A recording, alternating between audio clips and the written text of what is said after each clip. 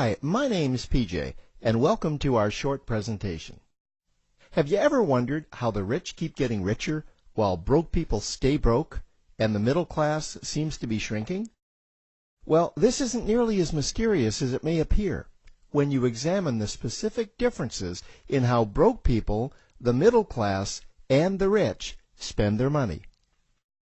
Now, this is such a simple concept, yet so profound, it nearly knocked me out of my chair when I finally understood it.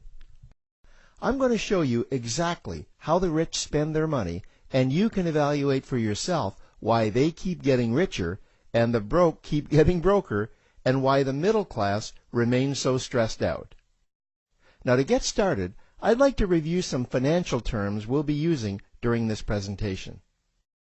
The terms that you need to be familiar with are cash flow, which means money you bring in, expenses, which means money you spend, assets. Now, this is the most confusing one. You're probably familiar with the traditional definition of an asset, which is something you own or have equity in. However, back in the 1990s, Robert Kiyosaki introduced us to a new definition of an asset in his groundbreaking Rich Dad, Poor Dad series of books. Robert taught us that an asset is something that pays you, and that's the definition we'll be using here. Liabilities is the last term, and it's defined as things that cost you money. As an example, a house is typically viewed as an asset, but can it actually be a liability? Yes, with our revised definition, anything that costs you money is a liability, not an asset. If you have a mortgage, your house is an asset to your banker because it pays him or her every month. But could a house also be considered an asset to you? Yes, in the right circumstances it could, when it pays you money. Let's say you buy a house and you rent it out, and it paid you a positive cash flow every month after all expenses. That would then be considered an asset. Now, one more time with the terms, just to be very clear before we continue. Cash flow is money you make. Expenses, that's money you spend. An asset pays you, and a liability costs you. Now let's take a look at how broke people spend their money. Now, when I say broke people, I'm not referring to the destitute. I'm speaking about that large portion of our society that lives from paycheck to paycheck and who never seem to have any money. In fact, most times there's more month left at the end of their money, and I'm sure many of you can relate to that group. On payday, broke people buy what I'm going to call stuff. Well, what's stuff? Well, that's inexpensive things that people buy that they don't really need to survive.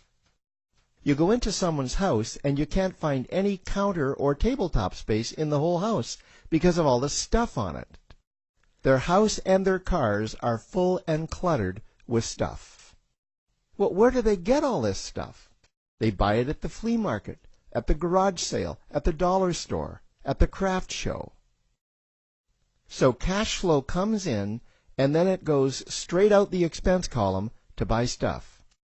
You see, broke people never really educate themselves on assets and liabilities. They justify buying all of this stuff by claiming that it costs so little. But over the years, it's all they ever have. The problem is their cash flow never produced or created more cash flow. Now, please understand, I'm not undermining or taking any shots at this or any group. I just see a lot of financial difficulty out there, and it really doesn't need to be that way. Creating wealth isn't a mystery, it's a formula.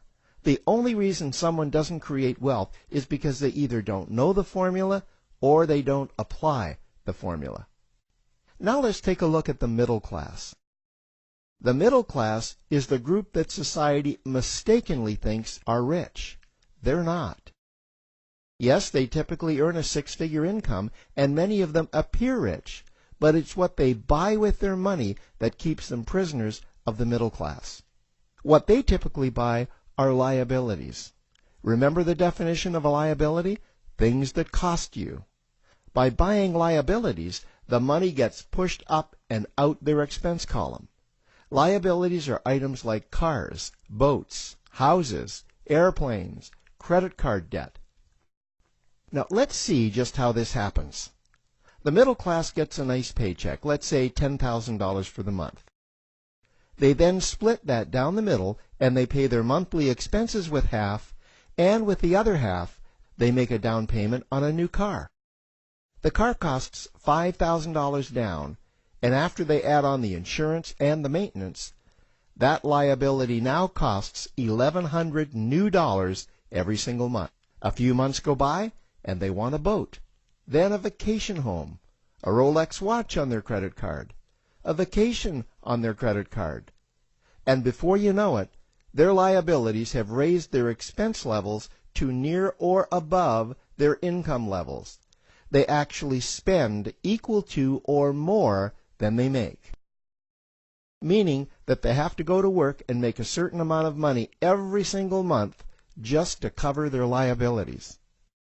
The other important issue with both broke people and the middle class is that normally all of their cash flow is dependent on their own effort, meaning that they've educated themselves to exchange their knowledge and expertise for someone's money. Also, the money they earn is usually the highest taxed form of income. Here's an example. An attorney is knowledgeable about law, so people pay him or her in exchange for that knowledge on an hourly basis. The problem here is that if the attorney isn't sharing that knowledge with a client, then the attorney isn't making any money. This causes lots of stress and anxiety in their lives, and if you ever ask them to take an afternoon off to play golf with you, well, they very rarely can because of how much money it'll cost them to take that time off. On the surface, life's pretty good. The reality is that it's a roller coaster ride. That's the middle class. Now, I know this group very well because for a great deal of my adult life, that was me. Now let's take a look at how the rich people spend their money. Rich people acquire assets. Again, an asset is something that pays you. If you want to become rich, buy assets that earn you more money. The money cycle looks like this. Acquire assets that produce cash flow, invest the profits to acquire more assets that produce more cash flow, invest those profits to acquire more assets that produce more cash flow. The rich spend their money and acquire things that produce more money. Here are a few examples of assets that produce more money. Investments are the obvious ones: stocks, bonds, real estate. Education is another asset. If you learn how to do something that produces more money for you and you actually do it, that's buying an asset. There's a great quote that goes, "If you think education is expensive, you should see how expensive stupidity is."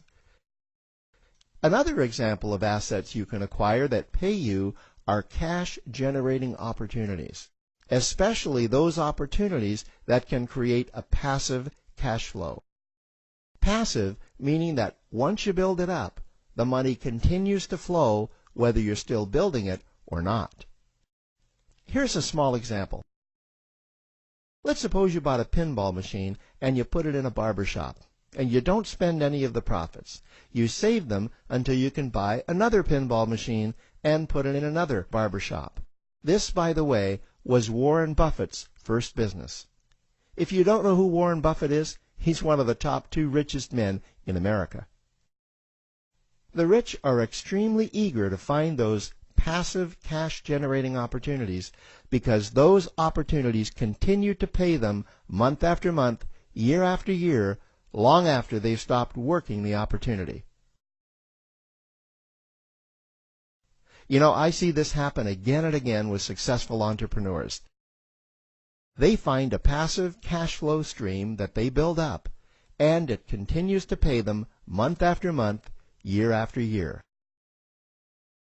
They then take those profits and multiply them in another passive cash-generating opportunity, and then again in another.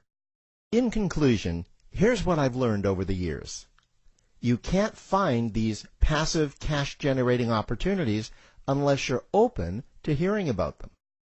Then, once you find them, you must be willing to see what fits you and then act. Now, the reason I say this is that I once answered a hokey little ad that I ended up generating 7 figures from, simply because I answered that ad and then took action. These opportunities are out there. You just need to find them. You also must be opportunistic enough that when the right situation does present itself, you don't miss it. So remember, broke people buy stuff, the middle class buy liabilities, and the rich acquire assets, preferably cash-generating opportunities that can create passive cash flow. They then take that cash flow and invest it in another asset that produces more cash flow. That's the wealth creation formula. Now, I trust you found this introductory information helpful. Now, to learn about one of the greatest cash-generating machines on the planet, click on the link below to proceed to step 2.